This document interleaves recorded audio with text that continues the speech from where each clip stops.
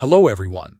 In this video, I'll show you how to fix the Game Pass "This app can't open" error on Windows 11.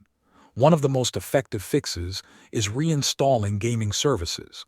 To do this, right-click the Start menu and open Terminal as Administrator or PowerShell as Administrator.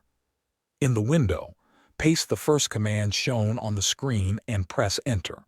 This will remove the current gaming services package from your system.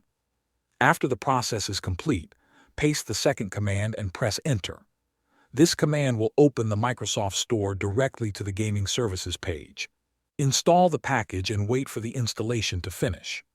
Once it's done, restart your computer to apply the changes. If the issue continues, try resetting the Xbox app. Open Settings, then go to Apps and select Installed Apps. Search for Xbox, click the three dots next to it, and choose Advanced Options. Scroll down and click Reset. This will restore the app to its default state and can fix corrupted app data. Next, do the same for the Microsoft Store app.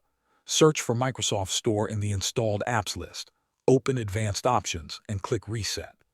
After completing these steps, restart your PC and try launching the Game Pass game again. Thanks for watching.